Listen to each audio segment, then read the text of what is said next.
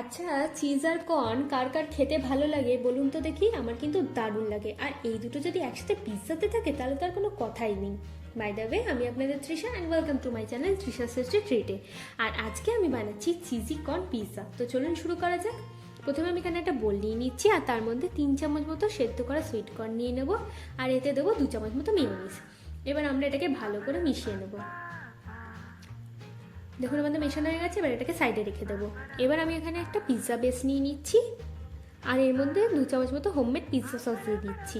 আচ্ছা, এই homemade pizza sauce আর pizza বেসের রেসিপি যদি আপনারা এখনও না দেখে থাকেন, তাহলে আমি এই ভিডিও ডিসক্রিপশন বক্সে দুটোরই লিঙ্ক দিয়ে দেবো, আপনারা গিয়ে চেক করে নেবেন, আর বাড়িতেই সহজে পিৎজা সস আর পিৎজা বেস বানিয়ে নিতে পারবেন। এবার আমি এর মধ্যে ওই সুইট কর্ন আর মেয়োনিজের মিক্সচারটা ভালো করে চারিদিকে লাগিয়ে নেবো।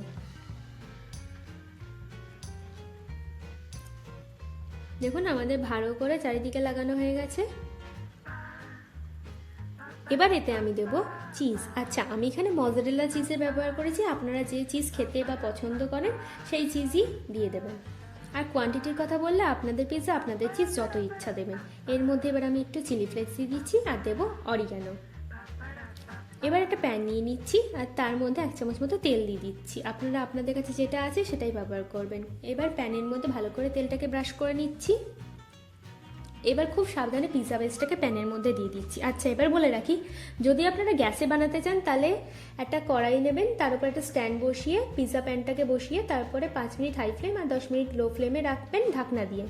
আর যদি মাইক্রোওভেনে করতে চান তাহলে 10 মিনিট রাখবেন 180 ডিগ্রি সেলসিয়াসে, তাহলে কিন্তু আপনাদের পিৎজা একদম রেডি হয়ে যাবে।